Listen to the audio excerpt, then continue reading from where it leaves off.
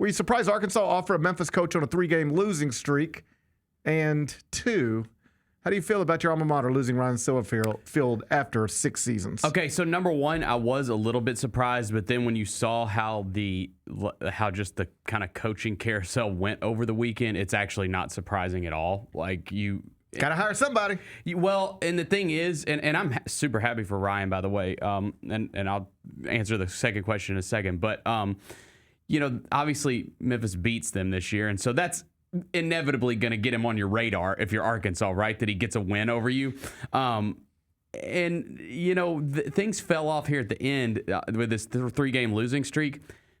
This was done pretty quickly. I'm sure this was in the works, I would say, for at least more than a week. Brett McMurphy reported weeks ago that Ryan was the leading candidate at Arkansas, and I think most of us wondered, had he coached himself out of that job with the 3-game losing streak? Yesterday we get the answer, apparently not. No. And perhaps we'll never know for certain. Maybe we'll get answers at the press conference, but it does seem like they probably locked in on this and were headed this direction for a while. And then Memphis' season went the wrong direction.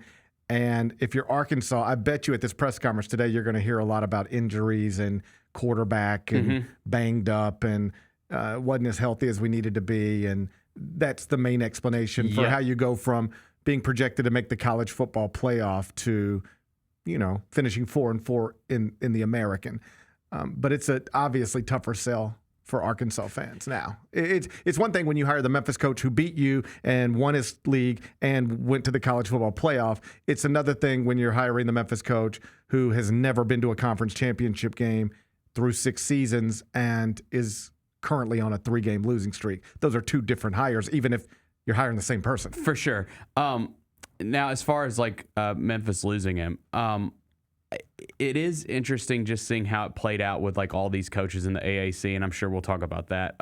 But as far as it was starting to get ugly, it was starting to get ugly there at the end with these last couple weeks. And I guess I agree with the sentiment that this worked out, okay for Memphis because it wasn't going anywhere. They weren't getting to conference championship games. That's the goal, is to compete for an AAC championship. It wasn't happening here. I will say, and I've said to you over weeks, that I do think winning at this time is very important for a college football program like Memphis that has bigger aspirations. Example, getting into a bigger league. And so I think that it's going to work out because I think Ed Scott's going to make a good hire. But again, I do not take winning for granted. Sure. I think it is very important to win right now for the Memphis football program if your aspirations are to get to another league. I think having winning seasons every year is super important. So I'll just throw that out there. And he won here. He did win here. He didn't win the big games that people wanted, but he did win some big games. I'll talk you through it. Yeah. I appreciate Ryan's tenure here. I do, and I always will, and I'm grateful for his time here. That's where I stand. I saw the reaction from most Memphis fans. I think it's safe to say most Memphis fans, if not celebrated this, but were certainly not in. There's nobody standing out at the airport booing Ryan Silverfield when he got on a plane to go to Arkansas the way they were booing Lane Kiffin when he got on a plane to go to Baton Rouge down in Oxford. If Memphis fans weren't celebrating it, they're certainly okay with this. And I get it.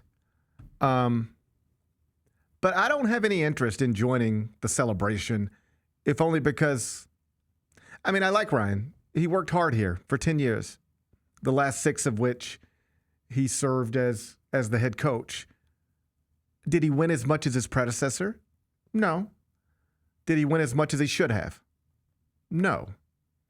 But he did run the program smoothly, at least relative to how some football programs are run, with all sorts of scandals and issues and arrests and whatever. And even if he didn't win as much as any of us wanted or expected, he also didn't run things into the ground, like you said, which shouldn't, like you said, be taken for granted. He was 50-24 in 6 years. He produced 6 trips to bowl games in 6 years. He's 4-0 in bowl games. not counting when he coached Mike Norvell's team in the 2019 Cotton Bowl. He shouldn't have to apologize for any of that. Like, don't ever forget, Larry Porter went 3-21 in 2 years as the Memphis coach this century. So, again, a 50-24 record in 6 years with 2 double-digit win seasons and a 4-0 record in bowl games, that should not be taken for granted. But all of that acknowledged, I do get why most Memphis fans gave a thumbs up to Ryan Silverfield leaving for Arkansas, because his contract was goofy. And yes, broadly speaking, it's totally fair and accurate to describe the Ryan Silverfield era as disappointing.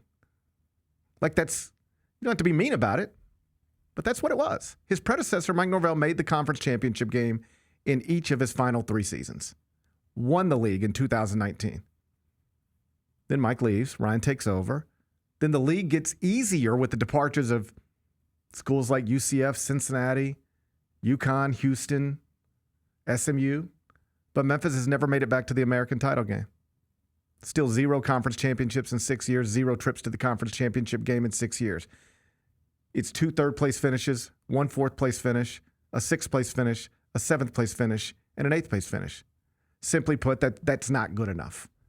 Not when you are funded the way you're funded. Not when Dan Wolken, just to name one of many, is describing your football program as the best outside of the power conferences.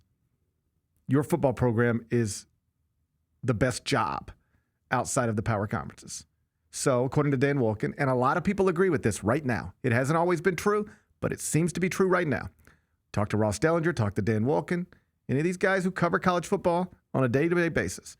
They will tell you, take the SEC, Big 10, ACC, Big 12, put it over here. Now, look at everybody else. What's the best job? Memphis. Why?